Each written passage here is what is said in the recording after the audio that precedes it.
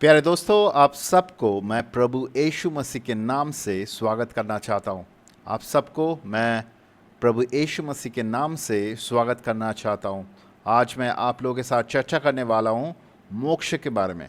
मोक्ष बहुत ही महत्वपूर्ण सब्जेक्ट है आलोचना करने के लिए।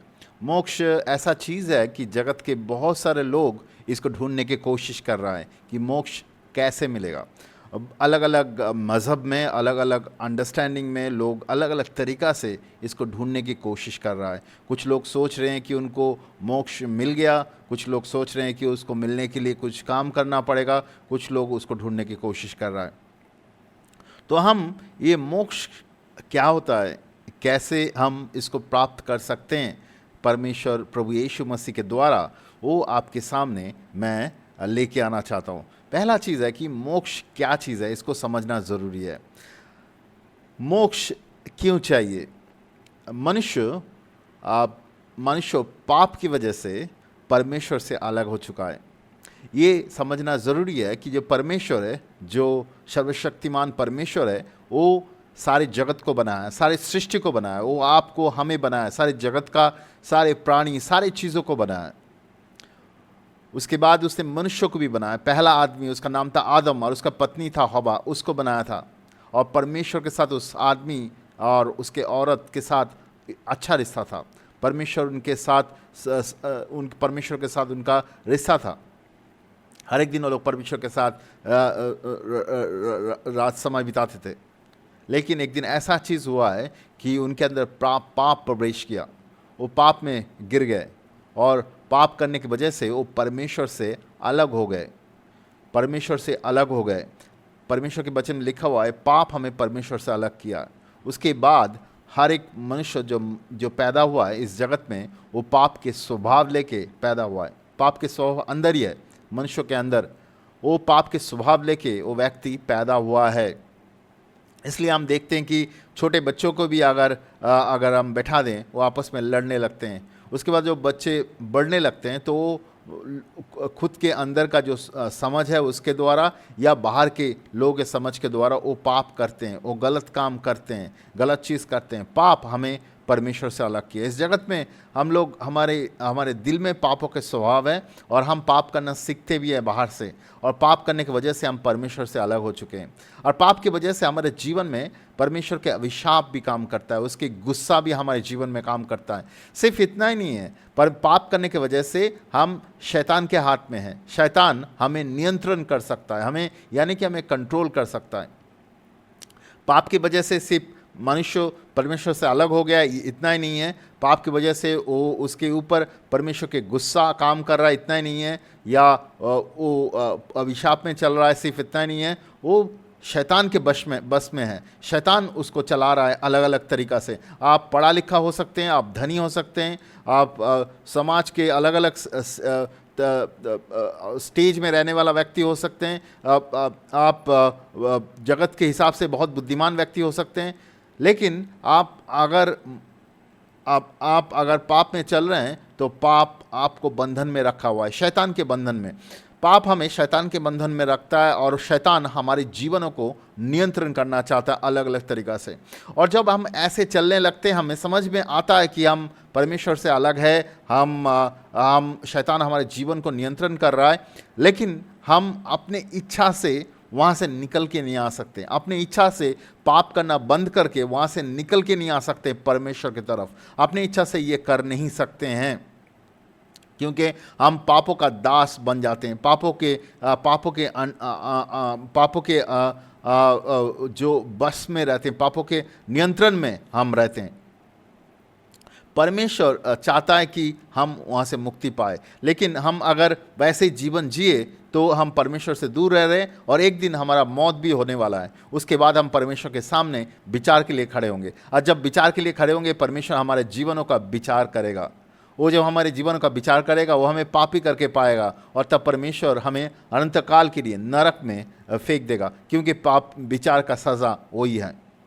तो हम सभी खत्म हो जाने वाले हैं, क्योंकि हम सब पाप में पैदा हुए हैं, पाप किए हुए हैं, और जब अंत में जब हमारा विचार होगा, परमेश्वर हमें पापी करके पाएगा और उसके हिसाब से हमारा जो सज़ा होगा वो होगा अनंत काल के लिए नरक। तो ये मनुष्यों का जीवन है। जगत में जो लोग जी रहा है, सबका जीवन ऐसा ही है। आप कुछ भी कर रहे हैं, आप किसी भी स्टेज में हैं सोसाइटी का, आप पढ़ा लिखा हो सकते हैं, नहीं पढ़ा लिखा हो सकते हैं, आप धनी हो सकते हैं, गरीब हो सकते हैं, सबका जीवन का सच्चाई ये है। लेकिन यहाँ से हमें मोक्ष चाहिए। मोक्ष मतलब यहाँ से हमें मुक्ति चाहिए। परमेश्वर, सिर्फ परमेश्वर यहाँ से हमें मुक्ति दे सकता है। परमेश्वर हमें ये पापों के बंधन से, पापों के चंगुल से, शैतान के बंधनों से हमें निकल के ला सकता है। परमेश्वर आप अपने सामर्थ्य से हमें वहाँ से निकल के ला सकता है। और परमेश्वर हमें निकालने के लिए एक रास्ता निकाला। परमेश्वर जानता है कि हम अपने आप वहाँ से निकल के नहीं आ सकते हैं, इसलिए परमेश्वर ने क्या किया, उसके एक लौता पुत्र प्रभु यीशु को इस जगत में भेजा। उसने कभी भी पाप नहीं किया। उसने इस जगत में आके सुसमाचार प्रचार किया, लोगों को चंगा किया, लोगों को छुटकारा दिया, एक मुर्दे को भी जिलाया। फिर उसको एक दिन सूली पे चढ़ाया मनुष्य ने। कोई भी पाप नहीं किया था उसने, लेकिन परमेश्वर की इच्छा था कि उसको सूली पे चढ़ना पड़ा हमारे पापों के लिए। हमारे पापों की कीमत चुकाने के लिए उसको सूली पे चढ़ना पड़ा, उसके शरीर पे घाव लेना पड़ा हमारे लिए, हमारे अभिशापों के लिए, हम जो परमेश्वर का विरोध किए थे उसके लिए, और हमारे सारे सज़ा वो अपने ऊपर लिया और क्रूस पे जीवन दिया। और उसके बाद उसको गाड़ा गया और 3 दिन के बाद वो जी उठा, और उसके बाद वो अभी स्वर्ग में परमेश्वर के दाहिने साइड में बैठे हुए हैं। तो प्रभु यीशु हमारा उद्धार का रास्ता खोल दिया गया, खोला। उसने हमारा मोक्ष का रास्ता खोला, उसने हमें नया जीवन का रास्ता खोला। ये हमें आज आपके साथ चर्चा करने वाले हैं। ये बहुत ही महत्वपूर्ण एक संदेश, जहाँ पे हमें कोई अच्छा कामों के द्वारा इसको ढूंढने का ज़रूरत नहीं है। इस जगत में देखिए, अलग अलग मज़हब में लोग उसको ढूंढने की कोशिश कर रहा है। वो कुछ क्रियाकर्म कर रहा है, कुछ चीज़ों को मान रहा है, कहीं पे लोग पैसा दे रहा है, कोई पे खाली पैर में कहीं पे चढ़ रहा है, कोई पे कुछ चीज़ मान रहा है। वो सोच रहा है उसको मोक्ष मिल जाएगा, उसको उद्धार मिल जाएगा, उसको जो परमेश्वर है उसका फेवर मिल जाएगा।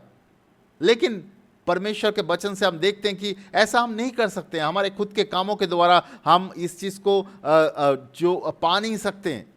ये परमेश्वर के अनुग्रह के द्वारा हम अगर उसके ऊपर विश्वास करेंगे, उसके अनुग्रह के द्वारा वो हमारे जीवन में हम इसको पा सकते हैं।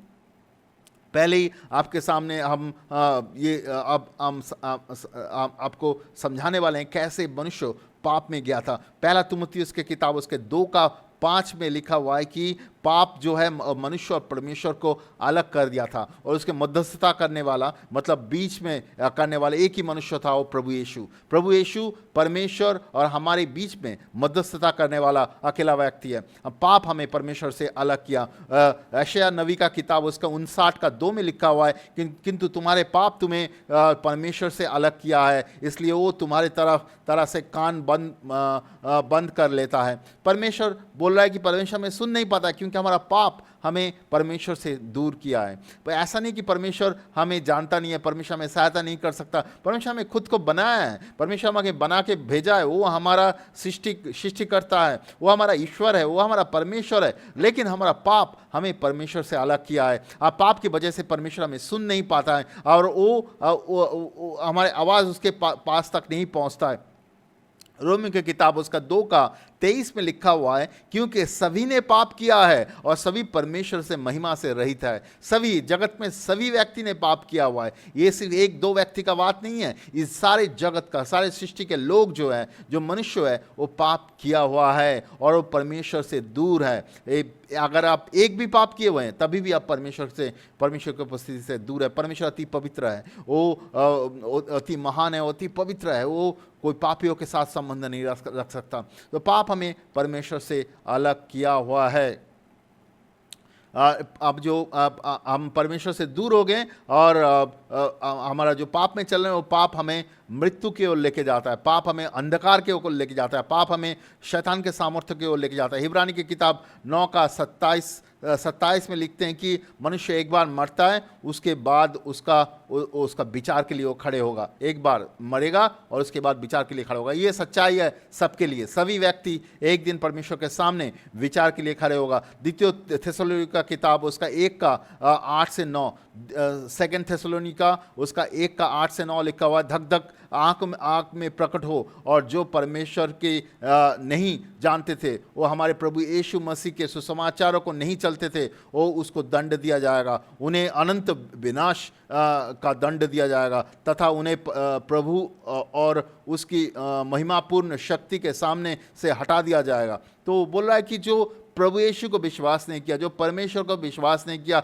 उसको आग में फेंक दिया जाएगा, नरक में फेंक दिया जाएगा, उसे अनंत काल के लिए नरक में फेंक दिया जाएगा। ये परमेश्वर का विचार है। जो उसको स्वीकार नहीं किया, जो पाप से नहीं मुड़ा, परमेश्वर की तरफ नहीं मुड़ा, पर प्रभु यीशु को विश्वास नहीं किया, उसको अनंत काल के लिए नरक में फेंक दिया जाएगा। वो खत्म हो जाएगा, वो उसको मोक्ष नहीं मिलेगा।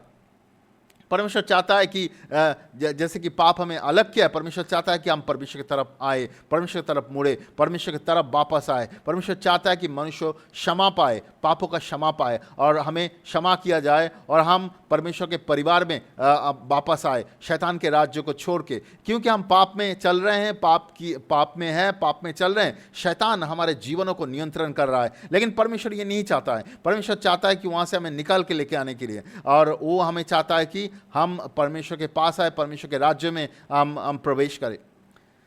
मनुष्य ये चीज़ चाहता है, इस जगत का जो मनुष्य है वो भी ये चीज़ चाहता है, लेकिन वो समझता नहीं है वो कैसे ये चीज़ करना है। मनुष्य अपने तरीका से अलग अलग धर्म बनाए, अलग अलग मज़हब बनाए, और मनुष्य सोचा है कि ये मज़हब के द्वारा वो अलग अलग मज़हब का नियमों को पालन करके या कुछ मनुष्यों को आराधना करके वो मुक्ति मिल सकता है, उसको उद्धार मिल सकता है। ऐसे मनुष्य ने सोचा, या कुछ अच्छा कामों के द्वारा वो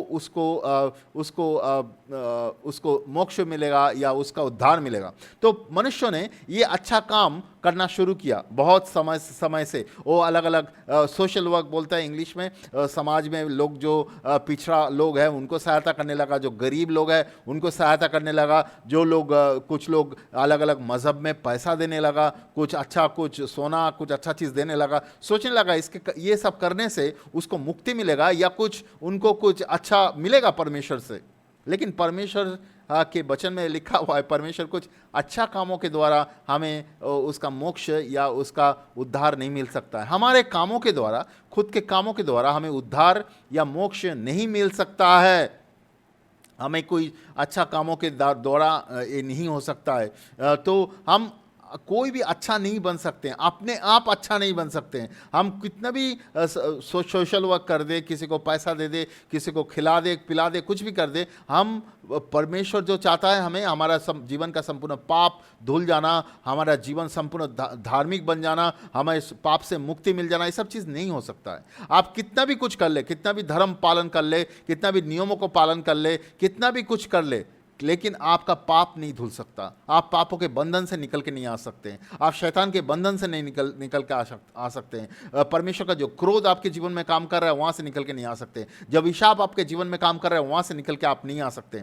आपके खुद के काम आपको वहाँ से निकल के नहीं ला सकता है। रोमियो की किताब उसका 3:20 में लिखा हुआ है, व्यवस्था के कामों से कोई भी व्यक्ति परमेश्वर के सामने धार्मिक सिद्ध नहीं हो सकता है, क्योंकि व्यवस्था से जो कुछ मिलता है वो पापों के पहचान करता है। बहुत सारा लोग सोचा था कि प्रभु यीशु के समय बहुत सारा लोग सोचा था कि वो व्यवस्था के कामों के द्वारा परमेश्वर के खुश करने का सोचेंगे। मतलब बहुत सारा नियम परमेश्वर ने दिया था जिस नियम के द्वारा हम पाप में नहीं गिरेंगे, तो वो नियमों को वो लोग पालन करने लगा बहुत सारा। बट ये सच्चाई भी है कि कोई भी व्यक्ति नियमों को सही तरीके से पालन नहीं कर सकता, तो वो पालन करने लगा। और लेकिन वो जो नियम पालन करने लगा, लेकिन वचन में ये लिखा हुआ है, नियम पालन करके परमेश्वर के नज़र में कोई भी सिद्ध व्यक्ति नहीं हो सकता, वो धार्मिक व्यक्ति नहीं हो सकता, वो मोक्ष उसको नहीं मिल सकता, वो अच्छा नहीं बन सकता परमेश्वर के नज़र में, परमेश्वर के नज़र में अच्छा नहीं बन सकता, वो परमेश्वर के नज़र में धार्मिक नहीं बन सकता, उसका पाप नहीं धुल सकता है। यशायाह नबी का किताब उसका 64:6 में 64:6 में लिखा हुआ है, हम सभी पाप से मैले हैं और हमारे सब नेक पुराने गंदे कपड़ों से है, और हमें हमारा जो अच्छा काम है वो परमेश्वर के नज़र में वो एक गंदे कपड़े के समान है। यशायाह का 64:6 में लिखा हुआ है, हमारा जो अच्छा काम है वो परमेश्वर के नज़र में गंदे कपड़े के समान है। जो आपको बोल रहा था कि हम कोई अच्छा काम कर सकते हैं, समाज में लोगों को पैसा दे सकते हैं, किसी को गरीबों को खिला सकते हैं, कुछ अच्छा काम कर सकते हैं, वो चर्च में पैसा दे सकते हैं, किसी मज़हब में पैसा दे सकते हैं, ये सब अच्छा है, लेकिन ये सारे चीज़ हमें पवित्र नहीं कर सकता, ये सारी चीज़ हमें पवित्रता नहीं दे सकता। तो यहाँ से निकलने का रास्ता क्या है?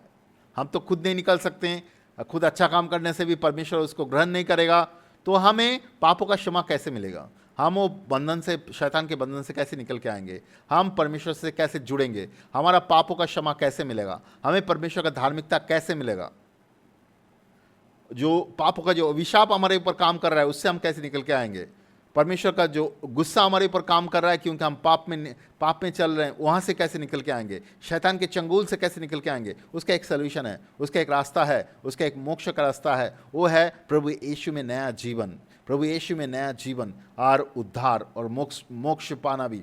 तो क्या हुआ था? परमेश्वर वहाँ से हमें उद्धार देना चाहता है, और वो रास्ता परमेश्वर ने ही खुद ही निकाला। वो रास्ता ये है कि हमारे पापों के लिए किसी एक व्यक्ति, नेक व्यक्ति को सूली पे चढ़ाना था, नेक व्यक्ति का मौत होना था, कि उसके मौत के द्वारा हमारे पापों का सारे जो विचार उसके ऊपर जाके गिरेगा। हमारे पापों के लिए किसी की, हमारे पापों के लिए सज़ा किसी को लेने का ज़रूरत था, कोई व्यक्ति को हमारे पापों का सज़ा लेने का ज़रूरत था, जो हमारे पापों के लिए मरेंगे। और वो व्यक्ति नेक व्यक्ति होना ज़रूरी है, जो ज़िंदगी में कभी पाप नहीं किया। लेकिन इस जगत में ऐसा कोई भी व्यक्ति नहीं है जो नेक है, सभी व्यक्ति ने पाप किया है और परमेश्वर से दूर चला गया। तो इसलिए परमेश्वर ने प्रभु यीशु को भेजा। वो मनुष्यों से पैदा नहीं हुआ, वो पवित्र आत्मा के द्वारा माता मेरी के पेट में आया था, और उसके बाद वो जब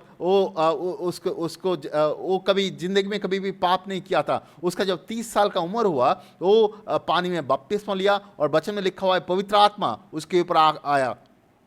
उसके बाद वो सुसमाचार प्रचार करने लगा, वो लोगों को बोलने लगा पापों से मन फिराए क्योंकि परमेश्वर के राज्य बहुत निकट है। उसके साथ साथ लोगों को चंगा करने लगा बीमारी से, उसके साथ साथ दुष्ट आत्माओं से लोगों को छुटकारा देने लगा। उसके साथ साथ जो लोग मुर्दे थे, जो लोग बंधनों में पड़े हुए थे, जो लोग पैरालिसिस में पड़े हुए थे, ऐसे बहुत सारा लोगों को चंगा किया और जिलाया उसने।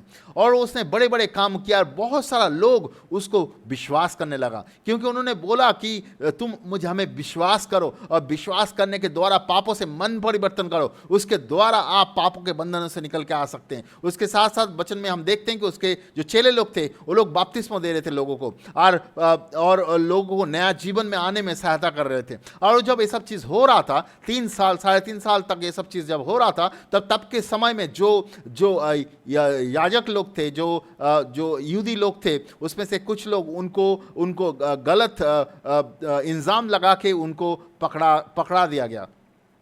तो उसको सज़ा होने के लिए वो अलग अलग जगह पे उसका विचार हुआ, लेकिन उसके विपक्ष में कोई भी चीज़ वो लोग प्रमाण नहीं कर पाया, कोई भी प्रूफ नहीं कर पाया। लेकिन फिर भी जो आदमी ने विचार किया, उसने पानी से अपने हाथों को धो लिया, धो के बोला कि यह व्यक्ति संपूर्ण रूप से नेक है। लेकिन फिर भी प्रभु यीशु को मौत का सज़ा दिया गया, क्रूस पे मौत का सज़ा दिया गया। तो प्रभु यीशु को क्रूस पे चढ़ाया गया। वहाँ पे 3 क्रूस था, 2 क्रूस में 2 चोरों को चढ़ाया गया था। जो चोरी किया था वो चोरों को चढ़ाया गया था। जो बीच वाला क्रूस था, उस क्रूस में एक व्यक्ति था जिसका नाम था बारनबास। वो व्यक्ति उस देश में बहुत सारे लोगों को मारा था, बहुत सारा गलत काम किया था, क्रिमिनल के जैसा काम किया था। उस व्यक्ति को चढ़ाने के लिए वो बीच वाला क्रॉस था, और वहाँ पे वो बारनबास को चढ़ाने वाला था। लेकिन ऐसा हुआ कि बारनबास को छोड़ दिया गया, और वहाँ पे एक नेक इंसान प्रभु यीशु को चढ़ा दिया गया, और उसने हमारे, आपके और जगत के, पूरे जगत के पापों के सजा लेने के लिए क्रूस पे अपना जीवन दिया। और उसको क्रूस पर चढ़ाने से पहले उसको पीटा गया, सर पे कांटे के मुकुट पहना दिया गया। उसके बाद उसको जब मारा गया, सर से लेके पैर तक उसका शरीर फट गया, उसमें से लहू निकलने लगा, और उसके बाद उसको क्रूस पे चढ़ा के मार दिया गया और वो हमारे पापों को अपने ऊपर उठा लिया ताकि वो अपने अपने हम लोगों के पापों के लिए वो कीमत चुका सके। उसके बाद उसके मरने के बाद उसको कब्र में रखा गया और 3 दिन के बाद वो जी उठा, क्योंकि मौत के कोई ताकत उसके जीवन में नहीं था। वो खुद परमेश्वर था, इसलिए वो जी उठा। लोगों ने उसको देखा, उसके साथ बाद वो कुछ दिन उसके विश्वासियों के साथ चला, उसके बाद अभी वो स्वर्ग में चला गया और पिता परमेश्वर के दाहिने साइड में वो बैठा हुआ है। वो हमारे लिए पापों से निकलने का रास्ता वो खोल दिया, वो हमें पापों से मुक्ति का रास्ता खोल दिया कि हर एक व्यक्ति पापों का क्षमा मिल सके, उसके साथ साथ परमेश्वर का धार्मिकता मिल सके, उसके साथ साथ पापों से मुक्ति मिल सके और परमेश्वर के साथ वो चल सके। शैतान के बंधनों से हमें कैसे छुटकारा मिल सके उसका रास्ता उसने खोल दिया। रोमियो का किताब उसका 5:8 में लिखा हुआ है, पर परमेश्वर ने हम पर अपना प्रेम ऐसे दिखाया, जबकि हम पापी थे तब प्रभु यीशु ने हमारे लिए प्राण त्यागा। प्रभु यीशु हमारे लिए प्राण दिया ताकि वो हमें नया जीवन दे सके। परमेश्वर के वचन में लिखा हुआ है, मनुष्य का जो पाप था वो प्रॉब्लम था, और मनुष्य जो विरोधी हो चुका था परमेश्वर का वो प्रॉब्लम था। वो परमेश्वर का सल्यूशन क्या था? परमेश्वर ने उसके लिए क्या किया था? उसके लिए प्रभु यीशु को भेजा। आदमी को, मनुष्यों को पनिशमेंट मिलना था, मनुष्य को सज़ा मिलना चाहिए था, लेकिन वो सज़ा प्रभु यीशु के ऊपर जाके गिरा ताकि वो हमारे सज़ा ले सके। मनुष्य अभिशाप के अंदर था और परमेश्वर का गुस्सा हमारे ऊपर काम कर रहा था। परमेश्वर के वचन में लिखा हुआ है, प्रभु यीशु के ऊपर परमेश्वर का गुस्सा गया और परमेश्वर का अभिशाप भी वो अपने ऊपर ले लिया। परमेश्वर के वचन में लिखा हुआ है कि पाप मनुष्य को परमेश्वर से अलग किया था, और इसलिए परमेश्वर का सल्यूशन था, परमेश्वर का उसका रास्ता था, प्रभु यीशु को भेजा ताकि वो पिता और हमें परमेश्वर और हमें एक कर दे, हमें जोड़ दे, हमें वापस लेके आ जाए। हमारा जो पनिशमेंट था वो पनिशमेंट था मौत। समझिए, हम सभी जो पाप किया था, बचपन से हम जो पाप कर रहे हैं, झूठ बोल रहे हैं, गलत कर रहे हैं, गलत काम कर रहे हैं, लोग व्यभिचार का पाप कर रहे हैं, चोरी कर रहा है, कोई मर्डर कर रहा है, कोई गलत काम कर रहा है, सभी ने पाप किया था और पाप हमें परमेश्वर से अलग किया, और पापों की सजा है मौत। पापों की सजा है क्रिमिनल की जैसा मौत, और प्रभु यीशु ने वो सजा अपने ऊपर उठा लिया, और वो अपने ऊपर उठा लिया, वो हमें वो सजा लेने का ज़रूरत नहीं है, और इसके द्वारा वो हमें परमेश्वर के साथ मिलाया, शैतान के राज्य से हमें मुक्ति दिलाया।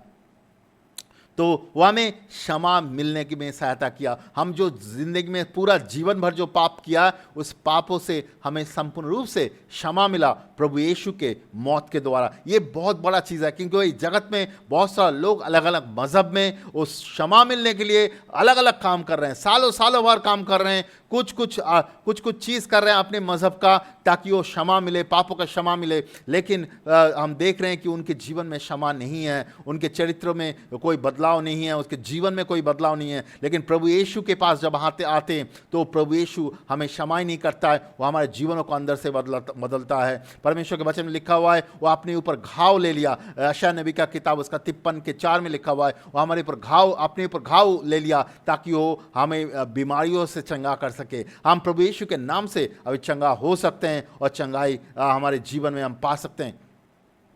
प्रभु यीशु अपने ऊपर पाप ले लिया ताकि वो हमें परमेश्वर का धार्मिकता दे सके। दूसरे कोरिन्थियों की किताब उसका 5:21 में ऐसा लिखा हुआ है, परमेश्वर के वचन में लिखा हुआ है कि वो हमारे लिए मौत ले लिया ताकि हम उसकी जीवन जी सके। हिब्रानी के किताब उसका 2:9 में लिखा हुआ है कि हम जीवन जी सके, इसलिए वो अपने ऊपर हमारे मौत ले लिया। प्रभु यीशु के गलातियों के किताब उसका 3:13-14 में लिखा हुआ है, वो अपने ऊपर अभिशाप उठा लिया ताकि वो हमें उसके आशीष दे सके, परमेश्वर का आशीष दे सके। परमेश्वर के वचन में ये भी लिखा हुआ है कि वो हमारे लिए पॉवर्टी, हमारे लिए गरीबी उठा लिया ताकि हम उसमें धनी बन सके। और दूसरे कोरिन्थियों की किताब 8:9 और दूसरे कोरिन्थियों की किताब 9:8 में इसके बारे में लिखा हुआ है। वो जब क्रूस पे था, उसके शरीर में बिल्कुल कपड़ा नहीं था, उसका पूरा कपड़ा फाड़ दिया गया था, उसके शरीर में कुछ भी नहीं था, वो खाना पीना बिल्कुल कुछ नहीं खाया था, वो संपूर्ण रूप से पॉवर्टी, इतना यानी कि गरीबी का चिन्ह है, वो अपने ऊपर ये चीज़ को उठा लिया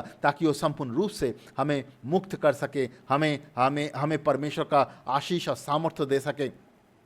परमेश्वर के वचन में ये भी लिखा हुआ है, यशायाह नबी का किताब उसका 53:3 में ये भी लिखा हुआ है कि वो हमारा जो हमारा जो शेम है, जो जो लाज है, वो अपने ऊपर उठा लिया। हम जो लज्जित होते हैं बहुत सारा समय, बहुत सारा चीज़ों के बारे में, वो परमेश्वर के वचन में लिखा हुआ है कि प्रभु यीशु हम अपने ऊपर हमारा लज्जा उठा लिया। यशायाह नबी का किताब उसका 53:3 में लिखा हुआ है कि वो अपने ऊपर अपना हमारा लज्जा उठा लिया ताकि वो हमें मुक्ति दे सके वहाँ से। बहुत सारे लोग लज्जित हुए हैं जीवन में, बहुत सारा तरीका से लज्जित हुए हैं, बहुत सारे लोग उसको लज्जित होने में डाला है, वो उसमें जूझ रहे हैं, उसको समझ में नहीं आ रहा है वहाँ से कैसे निकल के आ सके। वो लज्जित है वो सारी चीज़ों के लिए, लेकिन प्रभु यीशु अपने ऊपर लज्जा उठा लिया ताकि वो हमें वहाँ से मुक्ति दे सके। परमेश्वर के वचन में ये भी लिखा हुआ है कि वो अपने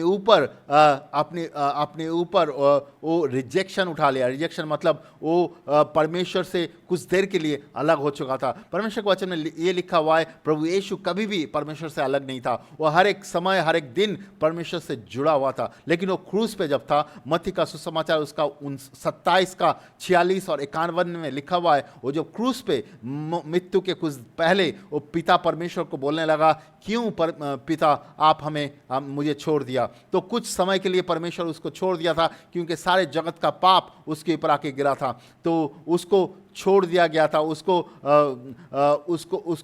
रिजेक्ट किया गया था, उसको छोड़ दिया गया था कुछ देर के लिए। क्यों? क्योंकि वो हमारे ऊपर जो रिजेक्शन आता है, यानी कि हमें जब कोई घाव देता है, हमें कुछ छोड़ देता है, उसका जो आघात हम पाते हैं, वो आघात वो सह ले ताकि हमें उससे मुक्ति मिले। वो परमेश्वर से कुछ समय के लिए अलग हो चुका था ताकि वो परमेश्वर से मुझे जोड़ सके, आपको जोड़ सके, ये पूरा जगत को जोड़ सके। वो पूरा जगत को परमेश्वर के साथ जोड़ा था। यशायाह नबी का किताब उसका 53:8 में इसके बारे में लिखा हुआ है। रोमियो का 6:6 में ये भी लिखा हुआ है कि वो हमारा जो पुराना मनुष्य है उसको वो मौत की तरफ उसका मौत हुआ और उसके द्वारा हमारा नया मनुष्य जीवन जी रहा है। तो हमें वो एक मुक्ति का रास्ता दिखाया, सिर्फ हमारा पापों का क्षमा नहीं दिया, उसने शैतान के चंगुल से हमें निकाला, वो हमें नया जीवन दिया, उसका धार्मिकता दिया, उसके राज्य में उसके पुत्र होने का अधिकार दिया है, उसके संतान होने का अधिकार दिया है, हमें उसके राज्य में जगह दिया है। ये बहुत बड़ा चीज़ है, इसको परमेश्वर का नया जीवन बोलते हैं। और सिर्फ इतना ही नहीं है, हम अगर प्रभु यीशु में नया जीवन पाके उसके साथ चलने लगते हैं और पूरा जीवन चलने लगते हैं, तो प्रभु यीशु हमें सहायता करेगा, उसके साथ अनंत काल हम उसके साथ जीवन बिताएंगे स्वर्ग में। लेकिन ये प्रश्न ये है, वो तो पूरा जगत के लिए मरा था, पूरा जगत के लिए उसने उद्धार का रास्ता निकाला, पूरा जगत के लिए पापों का कीमत चुका है, लेकिन हमें मिलेगा कैसे? ये चीज़ हम अगर अपने जीवन में अपनाना चाहते हैं तो हमें कैसे मिलेगा ये चीज़? हम व्यक्तिगत तौर पे ये चीज़ को हमें अपने जीवन में कैसे हम ग्रहण कर सकते हैं? हमें कैसे मिल सकता है? हमें ये जो उद्धार का रास्ता है, ये अनुग्रह के द्वारा परमेश्वर ने दिया है, हमें विश्वास के द्वारा हमें ये ग्रहण करना है। लेकिन विश्वास के द्वारा हमें कैसे ग्रहण करना है वो हमें समझना ज़रूरी है। पहले इसके बारे में प्रेरित के 2:28 में हम देखते हैं, वहाँ पे प्रेरित पतरस कह रहा है कि हमें प्रभु यीशु को विश्वास करना है और उसके करने के बाद उसको विश्वास के द्वारा हमें पापों से मन परिवर्तन करना है, पानी में बपतिस्मा लेना है विश्वास के द्वारा, और परमेश्वर का पवित्र आत्मा को हमारे जीवन में ग्रहण करना है। तो विश्वास करना सिर्फ मन में विश्वास करना नहीं है, विश्वास करके हमें पापों से संपूर्ण रूप से मोड़ना है प्रभु यीशु की तरफ। वचन में लिखा हुआ है, उससे परमेश्वर हमारा दिलों को बदल देता है। उसके साथ साथ परमेश्वर को विश्वास करके हमें पानी में बपतिस्मा लेना ज़रूरी है और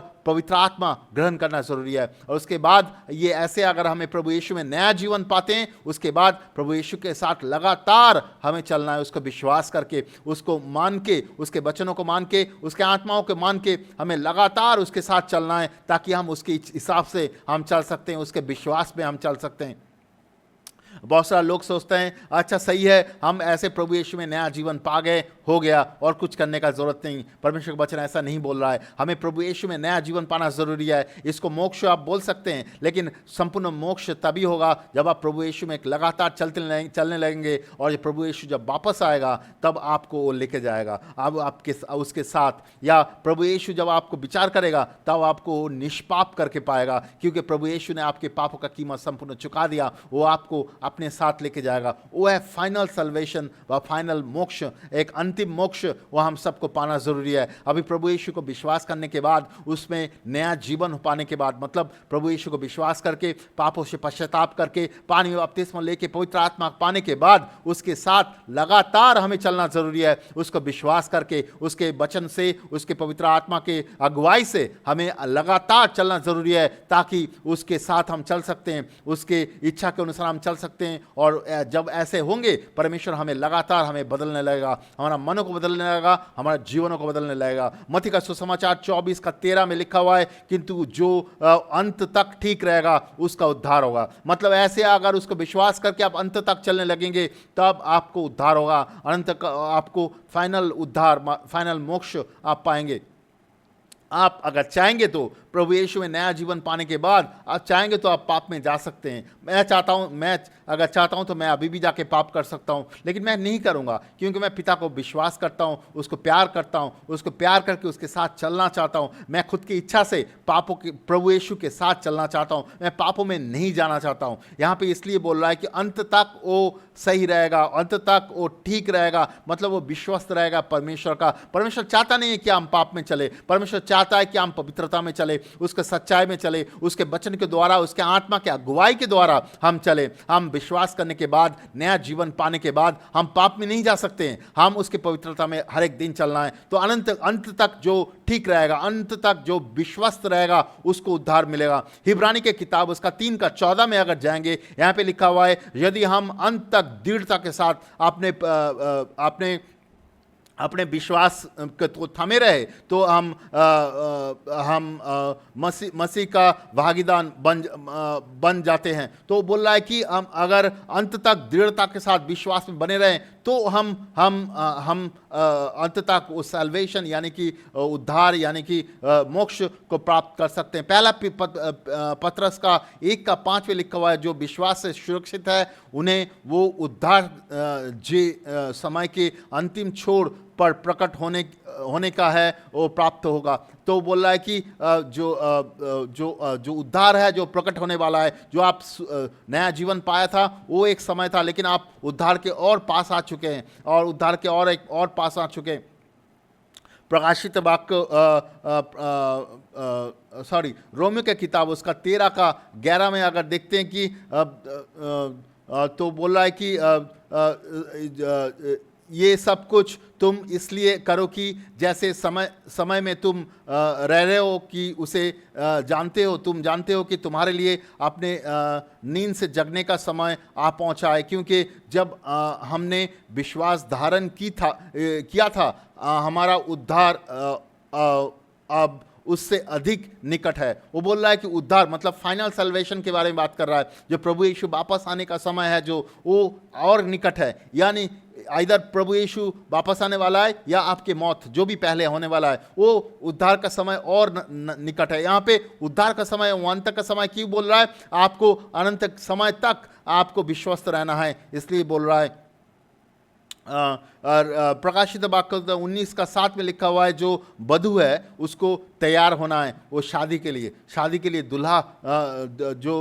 दुल्हन जो है उसको सज धज के तैयार होना है। दुल्हन कौन है? हम लोग हैं जो प्रभु यीशु को विश्वास किया है। दूल्हा कौन है? प्रभु यीशु है। तो हमें तैयार कैसे होना है? हमें हर एक दिन प्रभु के वचन के साथ चलना है, प्रभु के वचन के द्वारा हमारा मनों को परिवर्तन करना है, पवित्र आत्मा के अगुवाई में चलना है। उसके द्वारा हम हर एक दिन अपने आप को तैयार कर सकते हैं। यहाँ पे बोल रहा है दुल्हन हर एक दिन वो मतलब सज धज के उसको तैयार होना है प्रभु यीशु को आने के लिए। तो ऐसे हमें तैयार होना है लास्ट दिन तक। अगर हम तैयार नहीं हो रहे हैं तो ये हमारे लिए प्रॉब्लम हो सकता है। हम अंत तक हम मोक्ष में प्रवेश नहीं कर सकते या उद्धार में प्रवेश नहीं कर सकते। हम सिर्फ नया जीवन पाने से ही काफ़ी नहीं है, हमें हर एक दिन प्रभु यीशु में चलना ज़रूरी है, प्रभु यीशु के विश्वास में चलना ज़रूरी है। हिब्रानी के किताब उसका 3 का 16 से 19 में लिखा हुआ है कि जो लोग जो यहूदी लोगों को परमेश्वर ने मिस्र देश से निकल के लेके आया था, हम जानते हैं कि मिस्र देश से निकल के लाने के लिए उनके सामने कितना बड़े बड़े चमत्कार परमेश्वर ने किया था, और मिस्र देश के लोगों के ऊपर, फ़ाराओ के ऊपर कितने बड़े बड़े चमत्कार किया था। उसके बाद जो लाल समुंदर था उसको परमेश्वर ने दो भाग कर दिया था ताकि उसके बीच में से वो उन लोगों को लेके आ सके, और परमेश्वर ने बहुत ही चमत्कार करके उनको लेके आया वहाँ से। और उतना बड़ा चमत्कार करने के बाद भी जब इज़राइल के लोगों मरुभूमि के अंदर से चल रहे थे, तब भी परमेश्वर का सामर्थ्य था, परमेश्वर का चमत्कार था उनके साथ। परमेश्वर उनको सहायता कर रहा था हर एक समय कि उनको सहायता करे, उनको कोई भी कुछ गलत ना कर सके, और उनको सारी चीज़ जुगा रहा था, खाना पीना सारी चीज़ जुगा रहा था। परमेश्वर उनके साथ था। लेकिन इनके इतना कुछ होने के बाद भी वो लोग परमेश्वर के साथ नहीं चला, परमेश्वर को विश्वास नहीं किया। तो इसलिए क्या किया परमेश्वर ने, यहाँ पे लिखा हुआ है परमेश्वर, कुछ लोग मर चुका था क्योंकि वो लोग परमेश्वर को विश्वास नहीं किया। इतना बड़ा चमत्कार देखने के बाद भी वो लोग परमेश्वर के साथ नहीं चला, इसलिए परमेश्वर ने कुछ लोगों को ख़त्म कर दिया। तो ये चीज़ इसलिए नहीं लिखा हुआ है कि तब के लोग परमेश्वर को विश्वास नहीं किया, ये चीज़ इसलिए भी लिखा हुआ है कि उसके द्वारा हम चीज़ों को समझे और हम अविश्वास में ना चला जाए। हिब्रानी के किताब 4 का 11 में इसके बारे में लिखा हुआ है कि सो आओ हम भी उस विश्वास में प्रवेश पाने के लिए प्रत्येक प्रयास करते हैं, ताकि उनके आज्ञाकारिता और उदाहरण के अनुसार करते हुए किसी को भी पतन ना हो। तो हमें पतन ना हो, जैसे कि इज़राइल के लोगों का पतन हुआ था। वो लोग चमत्कार देखा था, वो लोग परमेश्वर को समझा था, लेकिन अंत तक परमेश्वर को विश्वास नहीं किया। तो यहाँ पे बोल रहा है कि वो हमारे लिए उदाहरण है, और वो बाइबल में उदाहरण के बॉक्स में लिखा हुआ है कि हम सब कुछ जानते हुए भी अगर वो सब चीज़ पालन ना करें तो हमारा भी पतन हो सकता है। परमेश्वर वो नहीं चाहता है। तो हमें हर एक दिन परमेश्वर को विश्वास करके चलना ज़रूरी है। परमेश्वर में नया जीवन पाने के बाद उसको विश्वास करके चलना ज़रूरी है, अंतिम मोक्ष या अंतिम उद्धार पाने के लिए। अगर हम परमेश्वर को ग्रहण किया हुआ है तो परमेश्वर का आदेश पालन करना कठिन नहीं है। यूना का रचित सुसमाचार उसका 14 का 15 में लिखा हुआ है, यदि तुम मुझ में प्रेम करो तो मेरे आज्ञाओं को पालन करोगे। तो हम अगर परमेश्वर को विश्वास करते हैं, उसको प्यार करते हैं, तो उसका आज्ञा पालन करना कठिन नहीं है। ये बहुत कठिन नहीं है कि परमेश्वर के साथ चलना है। आप अगर परमेश्वर को विश्वास किया, परमेश्वर को विश्वास करके पापों से मन परिवर्तन किया, पानी में बपतिस्मा लिया, पवित्र आत्मा पाया, उसके बाद परमेश्वर के साथ चल रहे हैं, तो परमेश्वर का आज्ञा पालन करना कठिन नहीं है, सहज है, क्योंकि परमेश्वर का आत्मा आपको सहायता करेगा। याकूब का 1 का 22 में लिखा हुआ है, याकूब का 1 का 22 में लिखा हुआ है कि जो सुनते हैं और काम नहीं करते हैं वैसा ना बनो। जो सुनते हो उसके हिसाब से काम करो। मतलब परमेश्वर जो बोल रहा है उसके जब आप सुन रहे हो उसके हिसाब से काम करो। बहुत सारे लोग सुनते हैं, परमेश्वर बहुत कुछ बोल रहा है, लेकिन वैसे नहीं चलते हैं। तो परमेश्वर बोल रहा है ऐसे हम ना चले। जो परमेश्वर को विश्वास किया हुआ है वो वैसे ना चले कि वो परमेश्वर से सुन रहा है लेकिन वो चीज़ ठीक नहीं कर रहा है। मान लीजिए आप परमेश्वर को विश्वास कर रहे हैं, फिर भी परमेश्वर आपको दिखा रहा है आपके जीवन में कहीं पर कुछ चीज़ है, वहाँ से आपको मन परिवर्तन करना ज़रूरी है, लेकिन आप करना नहीं चाह रहे हैं क्योंकि आप परमेश्वर का मानना नहीं चाह रहे हैं। वैसे नहीं परमेश्वर बोल रहा है। परमेश्वर बोल रहा है कि आप जैसे ही उसको सुनो, वो जो बोल रहा है वैसे अपना जीवन चलाओ। सिर्फ सुनने वाला नहीं, काम करने वाला। परमेश्वर जो बोल रहा है उसके हिसाब से हमें चलना है। इसके बाद भी हम अलग अलग वचन में देखते हैं, जैसे फिलिपियोस का 2 का 12 के 13 में 2 का 12 और 13 में भी देखते हैं। वहाँ पे लिखा हुआ है कि हमें डरते हुए परमेश्वर का आज्ञाओं का पालन करना है। डरते हुए मतलब परमेश्वर पिता परमेश्वर है और उस सृष्टि को रचाए हो, हमें उद्धार दिया हुआ है, वो हमें सहायता करना चाहता है कि हर एक दिन उसके साथ हमें चलना है। इसलिए हमें हर एक दिन परमेश्वर को आदर करते हुए, उसको भय करते हुए हमें चलना है ताकि हम उद्धार में चल सकें।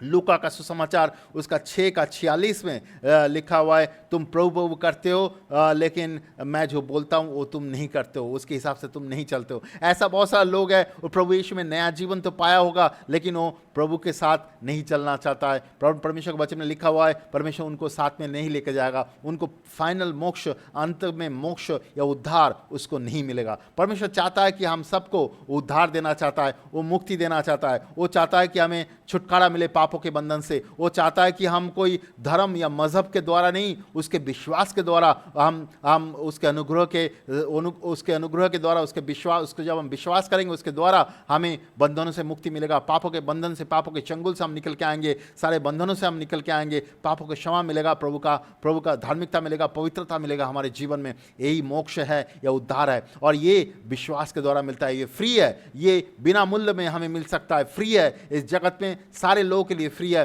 परमेश्वर सबको देना चाहता है क्योंकि वो हम सबको प्यार करता है, वो हमें उद्धार करना चाहता है। हर एक मजहब के लोगों के लिए ये उपलब्ध है। अगर आप विश्वास करना चाहते हैं प्रभु यीशु को, और विश्वास करके पापों से मन परिवर्तन करना चाहते हैं और उसके तरफ मुड़ना चाहते हैं, वो आपको बदलेगा, वो आपके दिलों को बदलेगा। और उसको विश्वास करते हुए आपको पानी में बपतिस्मा लेना जरूरी है, और प्रभु उसके आत्मा आपके दिलों में भेजेगा। तो आप परमेश्वर को विश्वास करते हुए, प्रभु यीशु को विश्वास करते हुए हर एक दिन उसके वचन के द्वारा और उसके आत्मा के द्वारा चल सकते हैं। ऐसे अगर आप चलेंगे तो आप मोक्ष के ओर चलेंगे, और परमेश्वर आपको मोक्ष यानी कि उद्धार संपूर्ण रूप से देगा। आप परमेश्वर के साथ अनंत काल तक स्वर्ग में जिएंगे। परमेश्वर हम सबको उद्धार देना चाहता है। वो चाहता नहीं है, वचन में लिखा हुआ है, परमेश्वर के वचन में लिखा हुआ है, वो चाहता नहीं है कोई भी नरक में जाए। नरक मनुष्यों के लिए नहीं बनाया गया था, नरक शैतान के लिए बनाया गया था। परमेश्वर शैतान को एक दिन वहाँ पे भेजेंगे।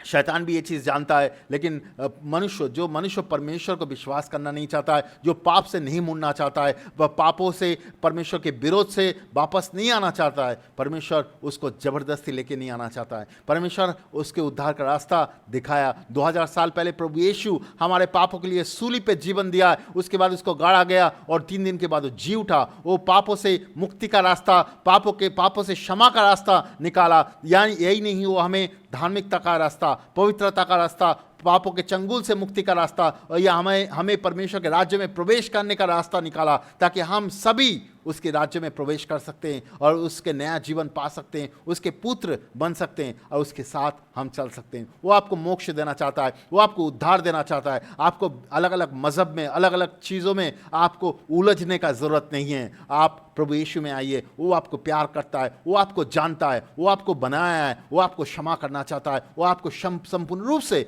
मुक्त करना चाहता है। हो सकता है आप डिप्रेशन, डिस्करेजमेंट और अलग अलग बंधनों में पड़े हुए हैं, अलग अलग चीज़ों में पड़े हुए हैं। परमेश्वर आपको मुक्त करना चाहता है, उस बंधनों से निकल के लाना चाहता है। वो आपको प्यार करता है, लेकिन वो चाहता नहीं है कि आप पाप में जिए। इसलिए हमें पाप से संपूर्ण रूप से मुड़ना है और प्रभु यीशु की तरफ आना है, ताकि हम उसमें नया जीवन पा सकते हैं। ये मोक्ष का पहला स्टेप्स है। आपको नया जीवन पाना जरूरी है, उसके बाद प्रभु यीशु के साथ अनंत काल तक हमें चलना है, तो हम अंत में प्रभु का मोक्ष हमारे जीवन में मिलेगा। लेकिन आप जब भी नया जीवन पाते हैं, आप मोक्ष के रास्ते में, प्रभु के उद्धार के रास्ते में चलना शुरू करते हैं। प्रभु यीशु आपको हर एक दिन सहायता करता है उसके साथ चलने के लिए।